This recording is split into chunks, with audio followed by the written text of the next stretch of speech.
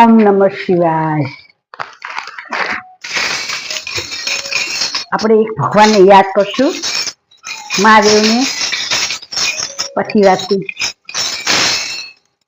એ હરિ હરિ શંભુ, હરિ હરિ શંભુ થોડા, તમારી ધૂન લાગી, તમારી ધૂન લાગી, તારી ધૂન લાગી, તમારી ધૂન લાગી, તારી ધૂન લાગી। એ પાર્વતી ના પ્યારા, ગણપતિ ના પિતા, તમારી ધૂન લાગી, હર હર શંભુ ભોળા, તમારી ધૂન લાગી, તમારી ધૂન લાગી ભોળા, તારી ધૂન લાગી, તમારી ધૂન લાગી ભોળા, તારી ધૂન લાગી। મારા ભાઈઓ બહેનો, ફેમિલીમાં ખાસ ખાસ ખાસ સાંભળજો। લાઈક ના કરો તો કાંઈ નહીં, શેર ના કરો તો કાંઈ નહીં, સબસ્ક્રાઈબ ના કરો તો કાંઈ નહીં, પણ તમારા ફેમિલીમાં ખાસ ને ખાસ વાંચજો। શિવ પુરાણ એ તમને મારી નમ્ર વિનંતી છે। ભગવાનને સારા વિચાર આપણા બાળકોને મળે, એથી કરી અને આપણે પેલા ગણપતિ દાદાને યાદ કરશું, પછી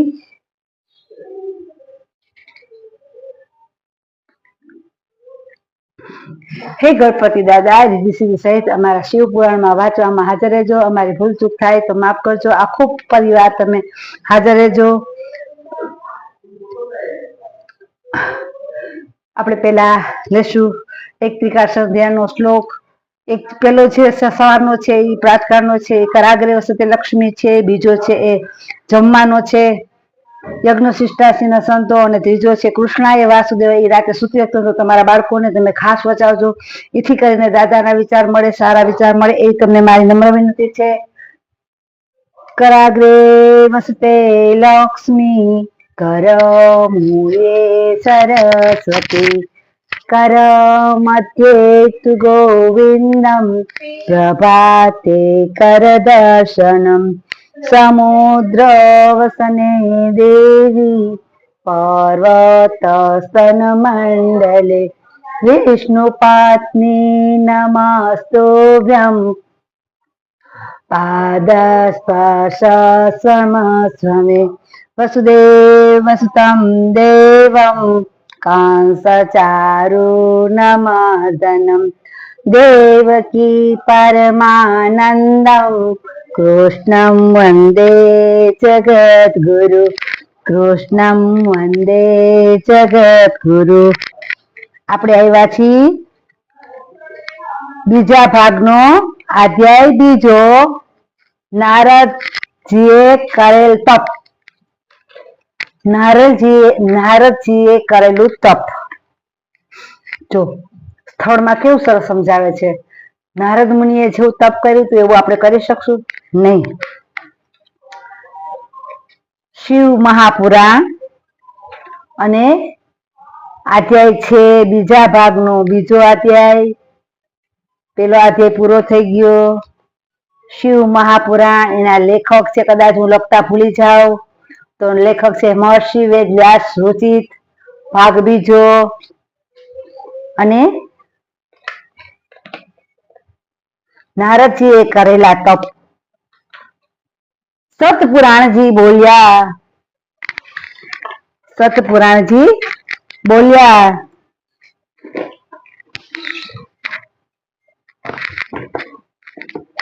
સતપુરાણજી બોલ્યા, હે બ્રાહ્મણો, એક સમયે મુનિઓમાં શ્રેષ્ઠ અને વિનયથી સનવાળા બ્રહ્માજીના પુત્ર નારદે તપ કરવાનો વિચાર કર્યો।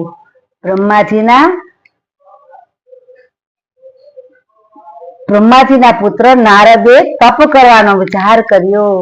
હિમાલયની કોઈ એક સુંદર ગુફા છે, અને જેની પાસે ગંગા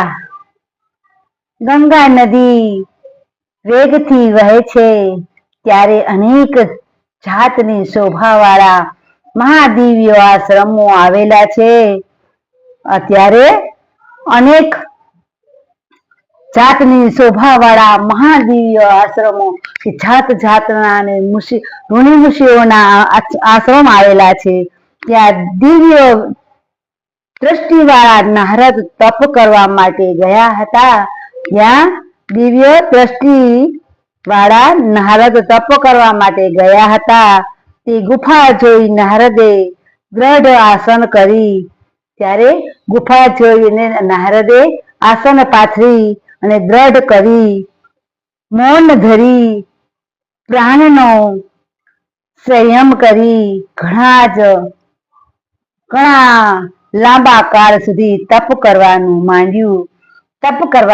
નારદજીએ ઈ પણ આપણને ખબર નથી કે આ બ્રહ્માજીના પુત્ર છે અને એને તપ કરવા માંડ્યું.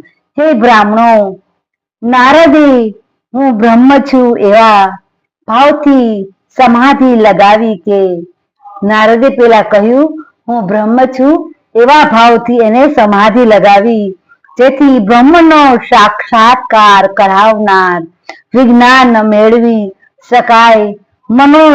મુનિ શ્રેષ્ઠ નારદ આમ તપ કરવા લાગ્યા. મુનિ શ્રેષ્ઠ નારદજી તપ કરવા લાગ્યા. ત્યારે ઇન્દ્ર મનમાં ખેદથી વિહળ બની ભયથી કપવા લાગ્યો અને આ નારદ મુનિ મારું રાજ્ય ઈચ્છે છે. આ નારદ મુનિ મારું રાજ્ય ઈચ્છે છે. આમ મનમાં વિચારી ઇન્દ્રે તેમના તપનો ભંગ કરવા ઈચ્છ્યું. અને ઇન્દ્રને એમ છે કે આ મારું રાજ્ય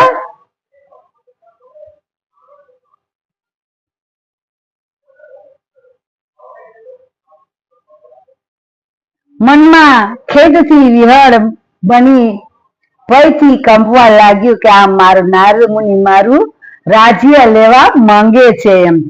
આમ મનમાં વિચારી ઇન્દ્રે તેમના તપનો ભંગ કરવા ઈચ્છ્યું. તેમનો તપનો ભંગ કરવા કોશિશ કર્યું. પણ દેવના નાયક ઇન્દ્રે મનથી કામદેવનું સ્મરણ કર્યું. ઇન્દ્રદેવે મનથી નામદેવનું સ્મરણ કર્યું, રામદેવનું સ્મરણ કર્યું અને જેથી કામદેવ જલ્દી આવી પહોંચ્યા. ઇન્દ્ર બોલ્યા, હે હંમેશના હિતકારી, તું પ્રેમથી મારું વચન સાંભળ અને તું પોતે જ સહાય કર.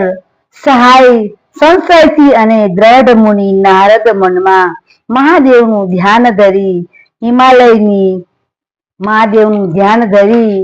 હિમાલયની ગુફામાં તપ કરે છે. તે નારદ બ્રહ્માજી પાસેથી મારું રાજ્ય તો નહીં માંગે ને એવી મને શંકા થઈ છે. જો ગુફામાં તપ કરે છે તે નારદ બ્રહ્માજી પાસેથી મારું રાજ્ય તો નહીં માંગે ને એવી મનમાં એને શંકા થાય છે બ્રહ્માજીને, કે મારું રાજપાટ તો નહીં લઈ લે ને, માટે હું હમણાં જ ત્યાં જા અને તેમના તપનો ભંગ કર. તું હમણાં જ ત્યાં જઈ અને તેમના ભંગનો તપ કર. આમ ઇન્દ્રએ આજ્ઞા કરી. ત્યારે વસંતનો મિત્ર હે કામદેવ ગર્વથી તે સ્થાનને ગયો અને પોતાનો ઉપાય કરવા લાગ્યો.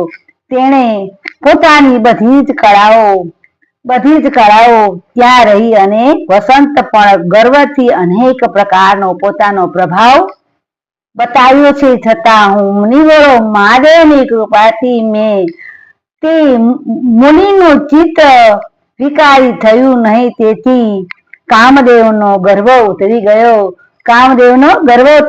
હે સૈનિકાદી મુનિઓ, તેમાં જે કારણે તેને તમે આદરથી સાંભળો. મહાદેવની કૃપાથી નારદ પર કામદેવનો પ્રભાવ ચાલ્યો ન હતો. કામદેવના શત્રુ મહાદેવે ઠેકાણે પહેલા મોટું તપ કર્યું અને તે સ્થળે મુનિઓના તપનો નાશ કરનાર કામદેવને જલ્દી બાળ નાખ્યો. બાળી નાખ્યો હતો.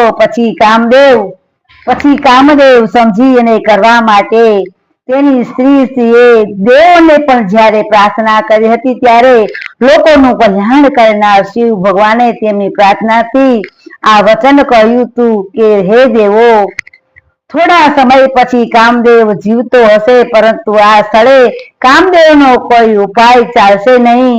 આ પ્રમાણે શિવજી વચનથી નારદ ઉપર કામદેવનો પ્રભાવ તે વેળા વ્યર્થ ગયો હતો. જો હવે આપણે બીજું છે એ કાલે વાંચશું. જય શ્રી કૃષ્ણ, જય માતાજી. મારા વડીલો, ફેમિલી, બધા ફેમિલી સાથે વાંચો એવી મારી નમ્ર વિનંતી છે. બીમાર લોકોને ખાસ ને ખાસ બચાવજો એવી મારી નમ્ર વિનંતી છે. એ લોકોને સદગતિ મળે.